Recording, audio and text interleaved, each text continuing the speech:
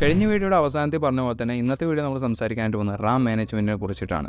ബിജിഎംഐ lag വരുന്നതിനുള്ള മറ്റൊരു main reason തന്നെയാണ് bad Ram management.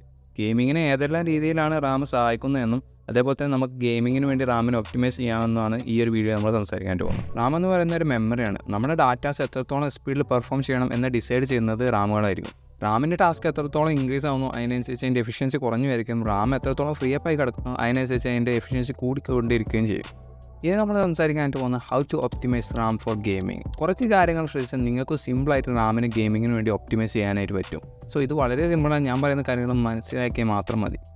Point number 1, understand your RAM usage. സെറ്റിംഗ്സിൽ RAM ഓപ്ഷൻസിൽ പോയാൽ ഏതെല്ലാം ആപ്ലിക്കേഷൻസ് എത്രത്തോളം റാം യൂസ് ചെയ്യുന്നുണ്ടെന്ന് നിങ്ങൾക്ക് കാണാനായിട്ട് പറ്റും.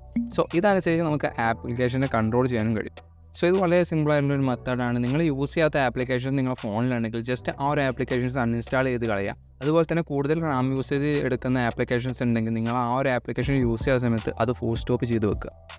Point number 2, close background apps. Game കളിക്കുന്ന സമയത്ത് ബാക്ക്ഗ്രൗണ്ടിൽ ആപ്ലിക്കേഷൻസ് സർവീസുകളോ റൺ ആവുന്നുണ്ടെങ്കിൽ മാക്സിമം അത് ക്ലോസ് ചെയ്ത് വെക്കാനായിട്ട് ശ്രമിക്കുക. സോ ബാക്ക്ഗ്രൗണ്ടിലെ ആപ്ലിക്കേഷൻസ് ക്ലോസ് ചെയ്യുന്നത് കൂടി റാമിൻ്റെ മുഴുവൻ ഫോക്കസും ഗെയിമിങ്ങിലോട്ട് വരും. സോ അത് നിങ്ങൾക്കൊരു ലാഗ് ഫ്രീ ഗെയിം പ്ലേ തരാനുള്ള ചാൻസസ് കൂടുതലാണ്. Point number 3, restart your smart phone. ഞാൻ പറയുന്നത് നിങ്ങളുടെ സ്മാർട്ട് ഫോൺ ഷട്ട് ഡൗൺ ചെയ്തിട്ട് മിനിമം ഒരു വീക്കെങ്കിലും ആയിട്ടുണ്ടാവും. ലിസൺ, 3-4 ദിവസം കണ്ടിന്യൂസ്ലി നിങ്ങളുടെ ഫോൺ യൂസ് ചെയ്യുകയാണെങ്കിൽ റാം കുറച്ച് വീക്കാവാനുള്ള ചാൻസസ് ഉണ്ട്. റിമെമ്പർ, റാം ഒരു നോൺ റെസ്റ്റബിൾ കോമ്പോണൻ്റ് ആണ്. അതായത് നിങ്ങളുടെ ഫോണിൽ ഒന്നും തന്നെ ചെയ്യുന്നില്ലെങ്കിലും റാം അതിൻ്റെ ബാക്ക്ഗ്രൗണ്ടിൽ റണ്ണിങ് ആയിരിക്കും. Messages, notifications, time, updating your applications എന്നീ കാര്യങ്ങളൊക്കെ നിങ്ങൾ ഫോൺ യൂസ് ചെയ്യുന്നില്ല എങ്കിലും റാം അതിൻ്റെ കാര്യങ്ങളൊക്കെ വർക്കിംഗ് ആയിരിക്കും. സോ നിങ്ങളുടെ ഫോൺ ഒട്ടും തന്നെ യൂസ് ചെയ്യാത്ത സമയങ്ങളിൽ ജസ്റ്റ് ആ ഫോൺ ഷട്ട് ഡൗൺ ചെയ്ത് വെക്കുക. ജസ്റ്റ് ഒരു 10 to 15 മിനിറ്റ്സ് മാത്രം. സോ ഇത് ഞാൻ ഡെയിലി ചെയ്യണം എന്നല്ല പറയുന്നത്, ജസ്റ്റ് ഒരു 2 ദിവസം ഗ്യാപ്പിൽ ഇത് ചെയ്തു വെക്കാനായിട്ട് ശ്രമിക്കുക. Point number 4, use a game booster.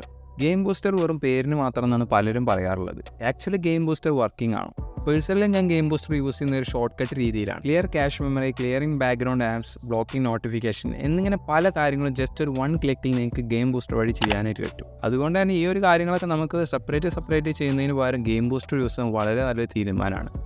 So നിങ്ങൾക്ക് ഗെയിം ബൂസ്റ്ററിനെ കുറിച്ചിട്ട് ഡീറ്റെയിൽഡ് വീഡിയോ വേണമെന്നുണ്ടെങ്കിൽ ജസ്റ്റ് താഴത്ത് കമൻറ്റ് ചെയ്താൽ മതി. നമ്മൾ അതിനെക്കുറിച്ച് വീഡിയോ ചെയ്യുന്നതായിരിക്കും. ഓക്കെ ഗൈസ്, നമ്മൾ ഇത്രയും കാര്യങ്ങളാണ് നമ്മൾ ഈ ഒരു വീഡിയോയിൽ ഉൾപ്പെടുത്താനായിട്ട് വിചാരിച്ചിട്ടുണ്ട്. സോ ഇനിയും ഒരുപാട് വഴിയിലൂടെ നമുക്ക് റാമിനെ ഒപ്റ്റിമൈസ് ചെയ്യാനായിട്ട് പറ്റും. സോ അതൊക്കെ